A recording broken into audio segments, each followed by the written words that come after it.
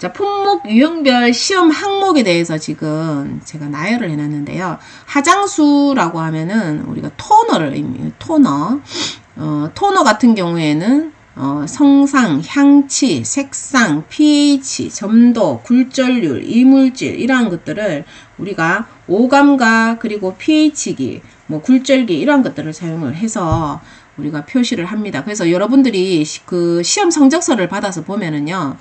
뭐 성상이 뭐 약간의 불투명한 뭐 노란색의 뭐 액상 뭐 이런 식으로 적혀 있거나 우리가 이렇게 말로서 표현할 수 있는 눈으로 보이는 그러한 것들을 형상으로 적고요. 그 다음에 향치는 뭐 약간의 특이치가 있다 뭐 이런 식으로 적거나 여러분들이 시험 성적서를 보시면 그런 식으로 적혀 있어요. 그 다음에 여러분들 토너 살 때 뭐 약산성인지 아닌지 뭐 이런 것들도 많이 보시잖아요. 그래서 pH, 그 다음에 점도는 그냥 물 타입인지 아니면 약간의 점도가 있는지 그거에 따라서 점도도 다를 거고요. 그 다음에 굴절률은 보통 우리가 투명하냐 약간 불투명하냐 뭐 이런 거에 따라서 조금 틀리죠. 근데 굴절률은 사실 우리가 시험 성적서에 잘 적지는 않아요. 자, 그 다음에 로션, 에센스, 크림, 폼, 팩, 파운데이션 이러한 그 에멀전에 관련되어 있는 제품들이라든지 요런 종류들은 뭐 성상이 어떤 형태고 색깔이 어떤지, 그 다음에 냄새는 있는지 없는지, pH는 어떤지, 그 다음에 점도에 따라서 우리가 로션, 크림으로 이렇게 나뉘기 때문에 점도 같은 이러한 것들을 넣기도 합니다. 그 다음에 화장품 원료는 성상, 향치, pH, 이물질 이러한 것들을 하고 있어요. 만약에 여러분들이 여기서 조금 빠진 거라고 하면 오일 종류, 우리가 바디 오일이라든지 페이스 오일 이런 것들, 오일은 pH를 측정할까요? 안 할까요? 자, pH가 수소 이온 농도를 의미하죠. 근데 수소가 어디 붙어 있어요? 물에 붙어 있잖아요. 물이 안 들어가 있으면 수소가 없잖아요. 그래서 오일에 수소가 없기 때문에 오일에 그 수소 이온 농도를 측정하지 않습니다. 그래서 오일만 돼 있는 제품들은 pH를 측정할 수가 없어요. 만약에 pH를 어떻게 조절합니까? 만약에 여러분들 마음에 안 들면. 그래서 pH는 우리가 화장품 법에서도 보면 pH가 그 해당되지 않는 것은이라고 했을 때에 그 오일 제품은 해당되지 않았었어요. 그래서 화장품에서 여러분들이 오일 제품을 할 때는 pH를 측정하지 않습니다. 그냥 뭐 성상, 향치 뭐 이러한 정도. 네. 그리고 뭐 보통 미생물이나 뭐 중금속 이러한 성분들이 있는지 없는지 이러한 것들을 검사해서 시험 성적서로 만들고 있어요. 자, 시험 분류별 시험 기준을 보시면은요. 우리가 경시변화 시험이나 항원 안정성 시험 그리고 장기 보존 시험을 할 때 보면 검체가 우리가 경시변화는 벌크 제품이고 그 다음에 항원 안정성은 보통 벌크 제품을 하는데 신제품을 좀 많이 쓴다라고 되어 있고요. 장기 보존은 무조건 완제품을 쓴다라고 되어 있는데 우리가 예를 들어서 경시변화 같은 경우에는 벌크 제품을 많이 하는 이유가 뭐냐면은요. 우리가 그 유통 과정상 얘가 시간이 변하는 것도 있지만 우리가 사용하면서 이 제품이 변할 때도 있어요. 그래서 벌크 제품일 때 우리가 이 경시변화 시험을 좀 많이 하는 편이고요. 대부분 왜 화장품을 만들고 나면 한 2, 3일 정도 숙성한 뒤에 사용한다 이런 얘기 들어보셨을 거예요. 그래서 뭐 에멀전이나 또는 뭐 점도를 내거나 이랬을 때 보면 한 이틀이나 3일 정도 지나고 나면 뭐 벌크 상태에서 그 상태에서 계속 두거든요. 그 다음에 나중에 이 정도면은 실험해도 별 문제가 없겠다라는 그 실험 결과 판정서가 나오면 저희가 1차 포장을 해요. 그래서 화장품 용기에다가 담거든요. 그전에는 담지 않습니다. 예를 들어서 뭐 카보모로 점정을 풀었는데 하루 이틀 지나고 점도가 더 심하게 생기는 경우도 있고요. 또는 화장품을 만들었는데 처음에는 잘 만들었어요. 근데 뭐 하루 이틀 지나서 분리가 일어나는 경우도 있고 또는 pH 변화 때문에 묽게 바뀐다든지 그러한 일이 생길 때도 되게 많습니다. 그래서 화장품이 벌크 상태일 때 대부분 검사를 실시하는데 우리가 장기 보존 시험에서 보시면 완제품으로 실시한다라고 되어 있죠. 그래서 이게 완제품으로 하는 이유가 뭐냐면 장기 보존 시험은 말 그대로 그냥 유통기한 시험이라고 보시면 돼요. 유통기한 시험. 그래서 이거 우리가 유통기한 시험이라는 거는 우리가 유통하는 중간에 얘가 변하면 안 되잖아요. 그죠? 그러니까 그 완제품 용기 자체가 유통기한이 2년 동안 지날 때까지 변하나 안 변하나 그걸 보기 위해서 우리가 완제품 자체를 책판업자들이 보관하도록 되어 있습니다. 왜? 장기 보존 시험 내지는 그 화장품의 그 문제가 발생했을 때에 검사를 하기 위해서 우리가 의무적으로 보관을 하도록 되어 있어요.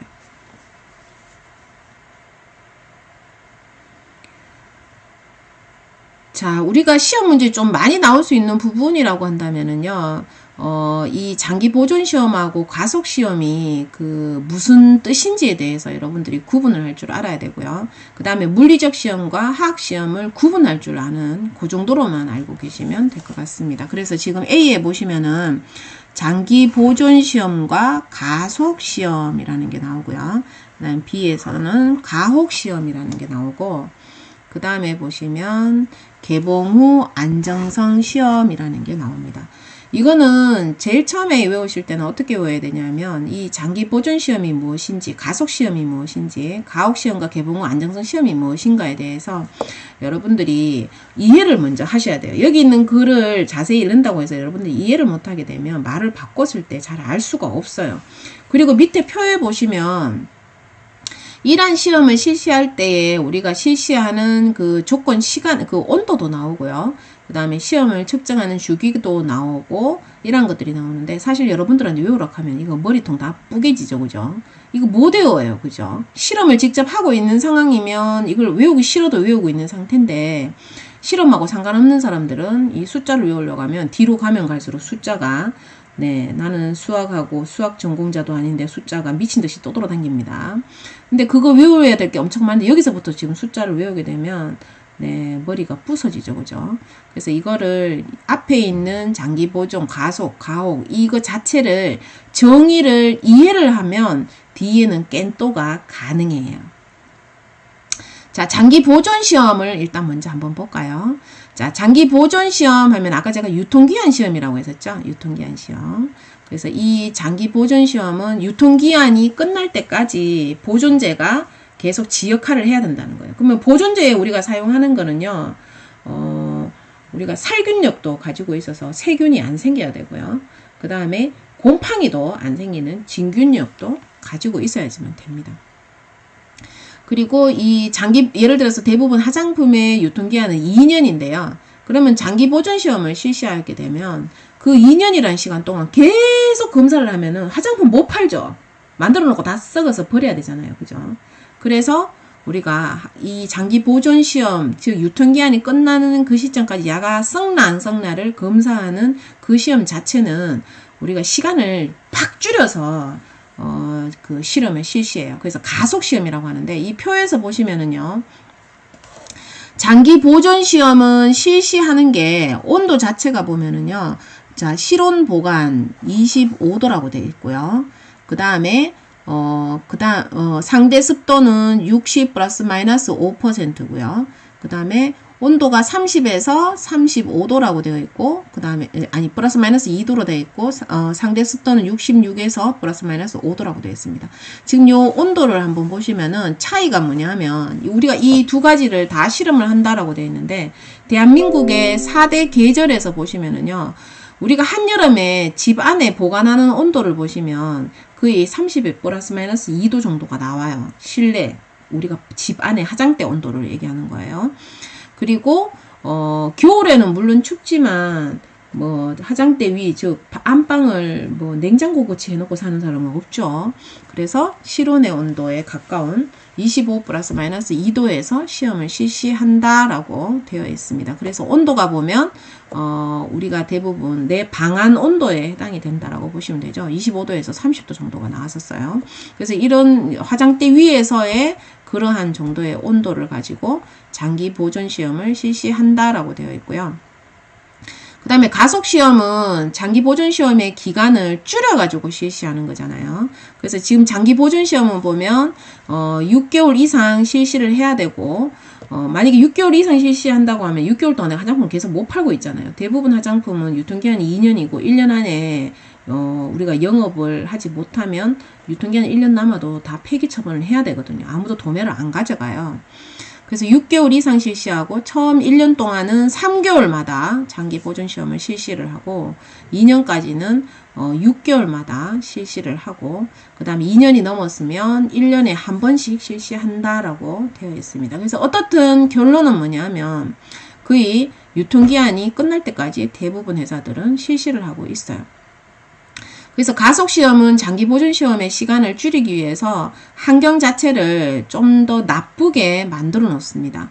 그래서 온도도 더 높게 측정을 하고요. 습도도 더 높게 만듭니다. 우리가 여기 30도에서 플러스 마이너스 2도라고 했는데 여기서 보면 40도에서 플러스 마이너스 2도에 습도는 75도, 그 습도가 10%나 더 올려놨죠. 온도도 10도나 더 올라가 있는 상태고 그 다음에 25 플러스 마이너스 2도에서 상대 습도 60 플러스 마이너스 5% 정도로 실시한다라고 되어 있습니다. 지금 여기에서 보시면 가속시험은 이 대부분 이 온도에서 좀 많이 실시를 해요. 여름에 제일 많이 상하기 때문에 대부분 좀 최악의 조건에서 6개월 정도 실시를 하는 게 대부분 가속시험에 해당이 됩니다. 그래서 장기 보존 시험과 가속 시험은 같은 시험인데 장기 보존보다도 날짜를 줄여서 우리가 실시하는 안정성 테스트에 해당이 된다라고 보시면 되고요. 그 다음에 가혹 시험은 만약에 갈로로 나오면 여러분들이 가혹 시험이라는 걸 맞춰야 되는데요. 얘는 맞출 수 있는 거는 사이클링이라고 보시면 돼요. 우리가 살을 빼기 위해서 대부분 목욕탕 가면 냉탕 갔다 온탕 갔다 왔다 갔다 그러죠, 그죠? 화장품도 그거와 똑같은 시험을 실시하고 있습니다. 그래서 15도, 25도, 45도를 왔다 갔다 하는 거예요. 그래서 그 보관하는 온도를 계속 바꾸습니다. 그래서 이 바꾸는 주기는 대부분 회사마다 조금 다른데요. 뭐 하루 만에 이렇게 바꿀 때도 있고 또는 뭐 2, 3일 주기로 해서 바꾸기도 하고요. 이렇게 사이클링을 시켜가지고 뭐 45도 갔다가 다시 15도 간다든지 이런 식으로 했을 때에 즉 화장품을 유통했을 때에 우리가 트럭이나 또는 컨테이너에서 겪을 수 있는 그러한 조건에 해당되는 시험이 바로 가혹 시험이라고 할 수가 있습니다. 그래서 가혹 시험 밑에다가 여러분들이 유통 이렇게 적어 놓으세요. 유통 가정상 발생할 수 있는 거.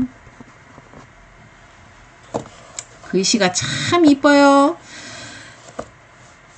자, 그 다음에 개봉 후 안정성 시험이라고 나오는데요. 개봉 후 안정성 시험은 뭐냐면, 개봉이라는 말이 또 나왔네. 여러분들 좀 막 머리통 부사지려고 그러죠, 그죠? 개봉 후 6개월, 개봉 후 사용 기간이라고 했을 때에 우리가 나왔었는데, 개봉 후 사용 기간은, 개봉 후 뚜껑 열고 3개월, 뚜껑 열고 2개월, 사용할 수 있는 기간을 설정해 놓는 거를 우리가 개봉 후 사용 기간이라고 용어가 한번 나왔었고요. 지금 여기에 나왔는 개봉 후 안정성 시험, 즉 개봉 후 따까리 열고 안정성 시험, 분리가 일어나거나 썩지 않는 시험 이 뜻이에요. 즉 이 시험은 왜 실시할까요? 즉 여러분들이 항상 화장품을 사용할 때 보면 크림 뚜껑을 열고 세안을 한 뒤에 우리가 손가락 갖고 푹 찍어가지고 얼굴에 바르고 다음날 아침 되면 또 손가락 갖고 푹 찍어가지고 얼굴에 바르고 실시하죠. 그죠? 그러한 똑같은 조건으로 실험을 실시해요.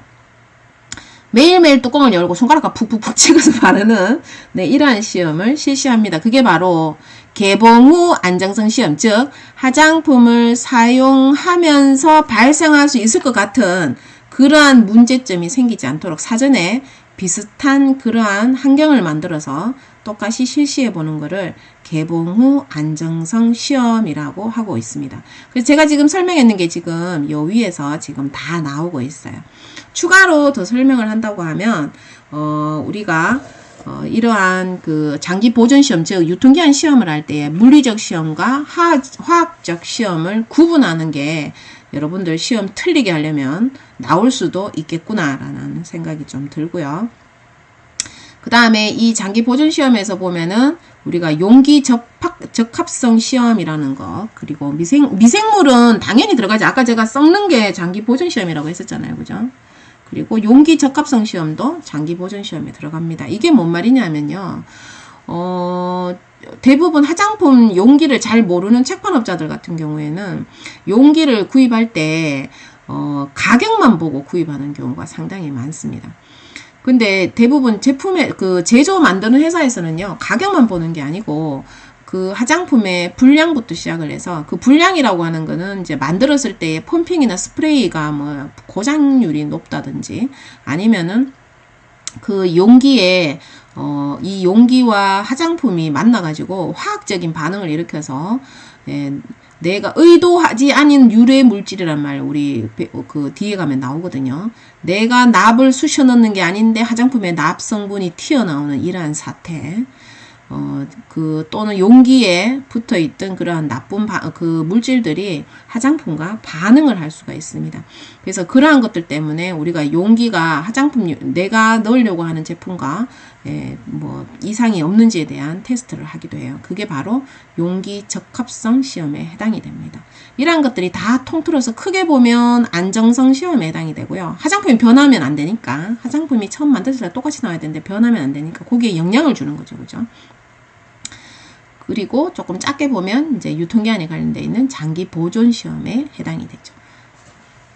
그래서 이러한 것들을 그냥 잘 안 외워지시는 분들은 제목과 제가 금방 얘기했던 전체적으로 포괄적인 그런 부분만 그냥 알고 계시면 될 것 같습니다. 자, 안정성 시험 자료의 보존에 대해서 우리가 앞에서 한번 나왔었죠. 그죠? 0.5% 이상 함유되어 있는 경우에는 요 5가지를 내가 반드시 외워야 된다라고 제가 얘기를 했었고요. 그 다음에 시험 문제, 제가 숙제에다가 레티놀, 유도체와 그 다음에 아스코빅 애시드의 유도체에 대해서 내가 알아봐 달라고 얘기를 했었는데요. 보통 우리가 화장품 같은 경우에도 이 토코페롤은 잘 사용하지 않고 토코페롤 아세테이트 이러한 것들을 우리가 많이 씁니다. 여러분들이 그 화장품을 자세히 보시면은요, 레티놀이나 또는 아스코빅 애시드를 썼는 화장품보다는 그 유도체를 사용한 화장품들이 굉장히 많고, 또 그 유도체는 여러분들이 원료를 알아보면은 원료값이 상당히 비쌉니다. 왜냐하면 이 레티놀과 이 아스코빅 애시드는 잘 변해요. 안정성이 좀 떨어집니다. 그래서 안정성이 떨어지기 때문에 이 성분 자체가 들어가는 거를 우리가 사용기간 끝나고도 1년 동안 더 보존하라라고 그 시험 자료 보존에 대해서 나왔었는데요. 근데 그나마 유래 물질 같은 경우에는 좀 이렇게 좀 안정성이 좀 더 뛰어납니다. 그래서 화장품 회사에서 좀 더 많이 쓰고 있어요. 그렇지만 우리가 비타민C 유도체 같은 경우에는 pH 자체가 산성이기 때문에 그래도 안정성이 다른 원료에 비해서는 좀 떨어진다라고 할 수가 있어요. 그래서 여러분들이 시험 칠 때 보면 여기에 지금 나와 있는 이 글자가 그대로 시험 문제에 나오지가 않고 이러한 유도체에 관련되어 있는 걸로 나올 수가 있습니다. 그래서 아스코빅이라는 글자가 들어가면 비타민C에 관련되어 있는 유도체라는 거를 여러분들이 알면 되고요. 지금 전체적으로 지금 화박사에 지금 숙제 숙제 해오신 분들 보면 거의 다 굉장히 잘하셨고 조사를 굉장히 많이 하셨더라고요. 귀찮아서 안 하시는 분들이 지금 90% 이상 넘죠. 저는 저의 숙제를 20-30분 이상 안 하시는 거 처음 봤어요. 개무시를 하시던데 자꾸 개무시 하시면 숙제를 안 내겠습니다. 숙제 해보신 분들은 아실 거예요. 제가 숙제를 왜 냈는지. 혼자서 조사한다는 거는 굉장히 어렵고 귀찮은 일이에요. 같이 할 때 해보면 여러분들이 외워야 되는 부분이고 따로 별도로 다시 또 조사해서 보셔야 되는 부분이기 때문에 제가 숙제를 냈는 부분이었었거든요. 뭐 초등학교 놀이하려고 제가 낸 게 아니라. 그래서 이러한 그 비타민 A의 유도체가 어떤 게 있는지, 레틴이라는 이런 단어가 들어가면 대부분 유도체에 해당됐었는데요. 우리가 뒤에 2단원에 가면 많이 나옵니다. 그래서 이러한 것들이 유도체에 해당된다라는 거를 여러분들이 정확하게 알고 계셔야 되고, 그 다음에 특히 주의해야 되는 게 가산화 화합물이라고 했는데 자꾸 가산화 수소라고 적는 분들이 되게 많으시더라고요. 그래서 이 가산화 화합물도 알아두시고, 화가 2번 들어갔죠. 그죠? 가산화, 끊고 화합물 이렇게 외우셔야 돼요. 그 다음에 효모가 아니고 효소예요. 효소. 네, 효소도 있습니다. 앞에서 했던 겁니다. 자, 유효성에 대해서 한번 보겠습니다. 유효성은 화장품에 효과가 있느냐 없느냐 이런 뜻이에요. 물론 기능성 화장품을 뭐 이렇게 뭐 득해가지고 뭐 기능적으로 뭐 효과가 있다 이런 거일 수도 있고, 판매하는 책판업자가 내 화장품 쓰면 얼굴 브라이트닝도 좋고요, 뭐 보습도 억수로 뛰어나요 이러면은 브라이트닝과 보습력이 있어야 되죠, 그죠? 근데도 사기치면 사기꾼에 해당이 됩니다. 그래서 이 화장품을 파는 사람이 내 화장품은 이러한 기능을 가지고 있어요. 또는 내 화장품은 염색을 하면 갈색으로 나와요. 이렇게 팔았는데 난데없이 머리카락을 염색했는데 시커먼색으로 나온다든지, 또는 화장품 분명히 바르면 하얘진다 해놔놓고 하얘지지도 않고, 네, 이러한 기능이 다 유효성에 해당됩니다. 즉 효과가 있다. 유효성, 효과가 있다는 뜻이죠. 그래서 이 유효성에 해당되는 게 바로 뭐냐 하면 표 안에 보면 정리가 되어 있죠. 물리적, 화학적, 생물학적, 미적, 심리적 이런 말이 나옵니다. 지금 여기서 보시면 자, 물리적, 화학적, 생물학적. 자, 물리적인 거는 우리가 물리적, 화학적은 두 개를 묶어서 그냥 보시면 돼요. 우리가 자외선 차단제나 이런 데 보시면은 이 물리적 유효성은 안에 우리가 티타늄이나 징크 옥사이드가 한마디로 말해서 돌가루예요, 돌가루. 이러한 돌가루가 들어있으면 뜨끔하게 백탁 현상이 일어나시 발리죠, 그죠? 그래서 자외선을 차단할 때 보면은 우리가 산란한다라는 표현을 많이 하는데요. 그래서 물리적으로 차단하는 요소다. 뜨끔하게 발라가지고 그냥 흰색으로 바뀌어서 백탁 현상으로 인해서 자외선이 튕기 나가도록 만들죠, 그죠? 그래서 이러한 것들을 물리적이라고 표현을 하고요. 그 다음에 화학적이라는 거는 화학적으로 흡수를 해서 처리하는 방식으로, 자외선 같은 경우에는 흡수를 해서 흡수를 하기 때문에 열이 좀 나죠, 그죠? 우리가 유기자차 같은 경우에 우리가 화학적인 그러한 것들인데요. 어떻든 자외선 유기자차를 사용했는 이러한 흡수제에 해당되거나 또는 염색제, 계면활성제 이러한 것들은 화학적인 유효성이라고 표현을 합니다. 그리고 생물학적 유효성이라고 하면 미생물에서 우리가 갖고 왔는 그러한 원료들, 기능성 물질들로 우리가 어떠한 효과를 나타낼 때 우리가 생물학적 유효성이라고 표현을 해요. 그리고 미적인 거는 메이크업 색조에 관련된 것들이고요. 뭐 심리적인 거는 콧구멍으로 냄새를 맡아야지 뭐 심리적인 변화가 생기겠죠. 그래서 심리적인 거는 냄새 이렇게 그냥 기억을 하시면 되겠습니다. 이거 시험 문제 나올 가능성이 좀 있어요. 그래서 물리적, 화학적, 생물학적 세 가지를 구분할 수 있어야만 되겠습니다. 그래서 예시로 뒤에 나와 있는 것들을 그냥 뭐 대충 읽어도 여러분들 맞추시겠죠, 그죠? 그래서 대부분 우리가 광고를 할 때 보면은요, 뭐 보습 기능이 있다, 뭐 수령 기능이 있다, 뭐 이런 광고를 하게 되면 우리가 이 유효성 평가에 관련되어 있는 자료를 구비해야지만 됩니다. 그래서 여기에 관련되어 있는 것들이 내가 이러한 화장품이 어떠한 기능을 가지고 있다라는 광고를 할 때 필요한 것들이다, 이렇게 보시면 될 것 같아요. 근데 뭐 광고를 안 해도 솔직히 뭐 빨간 립스틱 그러면 빨간색으로 표시가 되죠. 네, 그런 것들은 뭐 발라보면 알 수 있는 건데 이런 건 별도로 테스트를 하진 않고요. 이런 것들은 그냥 미적 유효성이라고 표현하고 있습니다.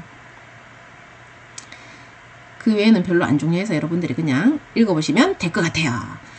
여러분들 고생하셨습니다.